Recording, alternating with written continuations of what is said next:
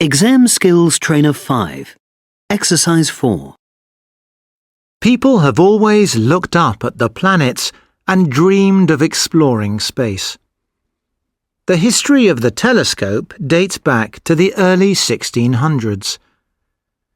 Many people say that Galileo invented the telescope, but this is not actually true. In 1609, he was the first person to use a telescope to study the stars. But it's thought that a man named Hans Lippershey invented it in 1608. Galileo learned about this invention and built his own. At first, people used it on land and at sea, but then Galileo had the idea of turning his telescope toward the sky. In March 1610, he wrote about his many discoveries, including that the moon was not flat and smooth, but had mountains and craters, and that Jupiter had its own moons. After this, people not only wanted to look at the stars and the planets, they wanted to travel in space.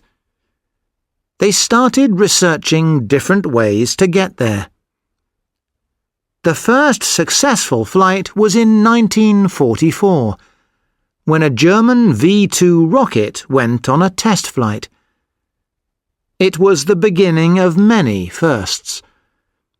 In 1957, the Russians launched Sputnik 1, which was the first satellite to orbit the Earth. The first successful human spaceflight was when the Yuri Gagarin travelled in a spacecraft called Vostok 1 in 1961.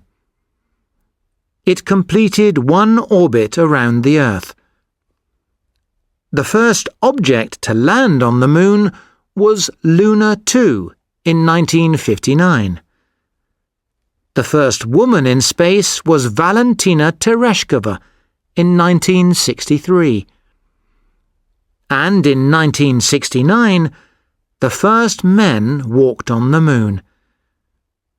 Since then, there have been many attempts by scientists to explore Mars. There have been around 40 attempts to get there by different countries, and more than half have failed. Many people might think this is a waste of time.